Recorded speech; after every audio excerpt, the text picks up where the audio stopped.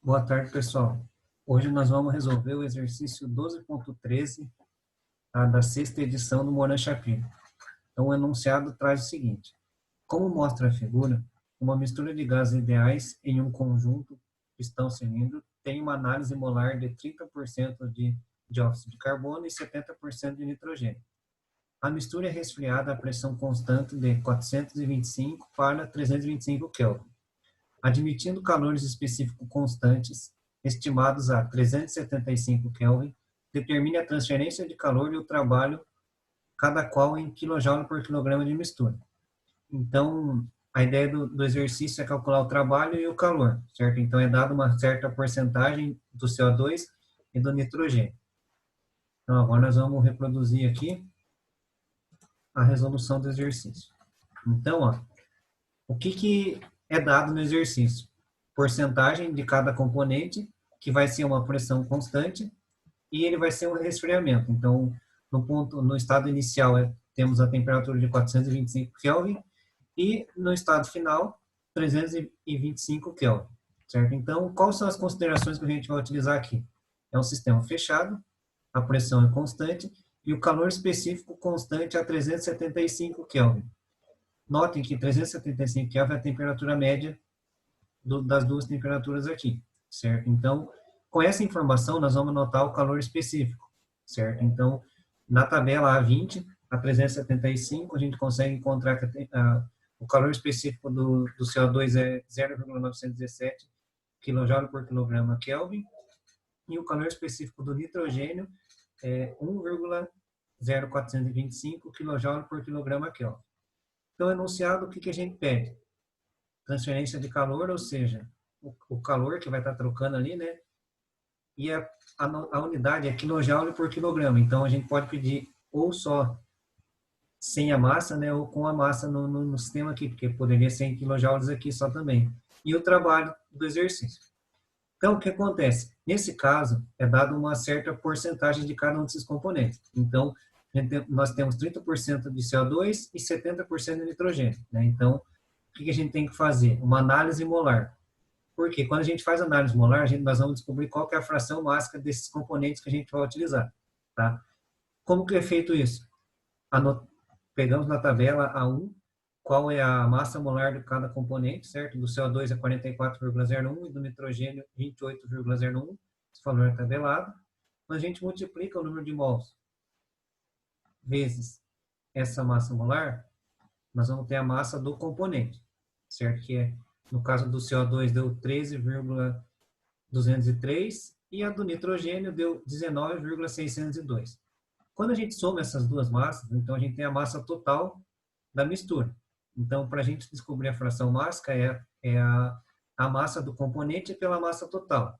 Então, temos aqui um pouco mais de 40%, né, de CO2 e quase 60% de nitrogênio, tá?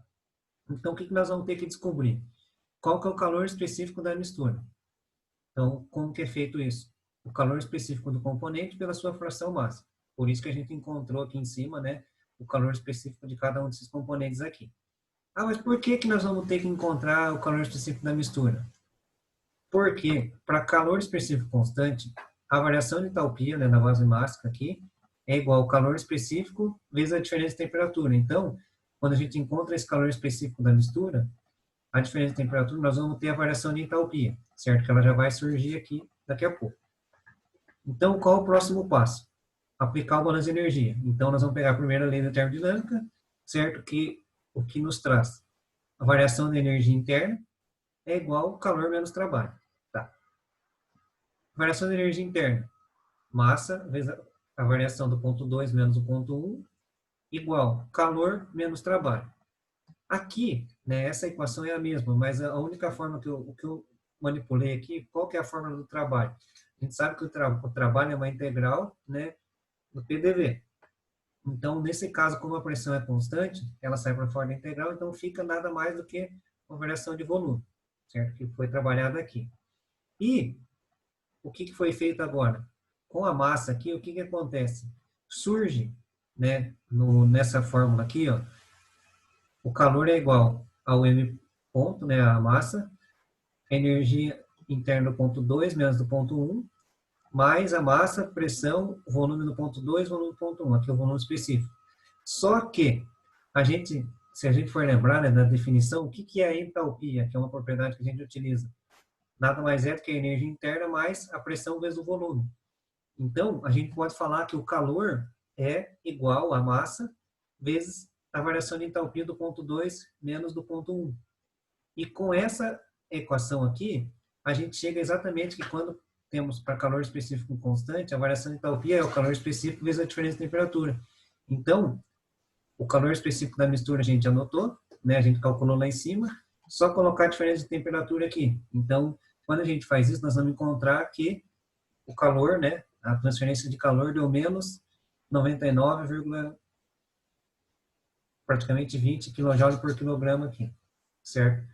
O trabalho, por sua vez, né, que é o que a gente tem que encontrar, aí só antes de falar ali algumas relações que a gente vai utilizar, né? Como é gás ideal, PV, a pressão vezes o volume específico é igual a constante molar dos gases vezes a temperatura, né? Então, temos aqui o PV igual a massa vezes o RT, e o R, que é a base molar aqui, que está nesse valor aqui, ele é o R molar pela massa molecular, certo? E essa massa molecular aqui é a massa do sistema, tá? Esse R, ele é sempre o mesmo valor, né? Só tem que tomar cuidado com as unidades lá, tá? Então, o trabalho é igual ao PDV, certo? A pressão vezes a variação do volume específico. Só que a gente já viu aqui que a pressão vezes o volume é igual ao RT. Então, mudamos aqui nessa forma. E o R, né, é igual ao R molar pela massa molecular. Então, é só a gente encontrar o R molar é 8,314 kJ por quilograma Kelvin. E temos a massa molecular da mistura que a gente encontrou lá em cima na análise mássica, né, que a gente sempre tem que fazer isso. Vezes a diferença de temperatura. E vamos chegar que o trabalho deu menos 25,3398 kJ por quilograma. Aí aqui só uma consideração, né, um pouco a mais a respeito do sinal. Né? Vocês perceberam que os dois sinais deram negativo. Isso não quer dizer nada, porque a única coisa o que a gente pode interpretar com isso? E sempre quando o trabalho é positivo, ele está saindo do sistema. Quando ele é negativo, ele está entrando no sistema. Então, significa que o trabalho está entrando. E o calor, por sua vez, ele é ao contrário do trabalho. Então, quando o calor entra, ele é positivo, e quando o calor sai, ele é negativo. Então, significa que o calor está saindo, certo? É por isso que ele é negativo, tá? Então é isso, gente. Obrigado aí e abraço.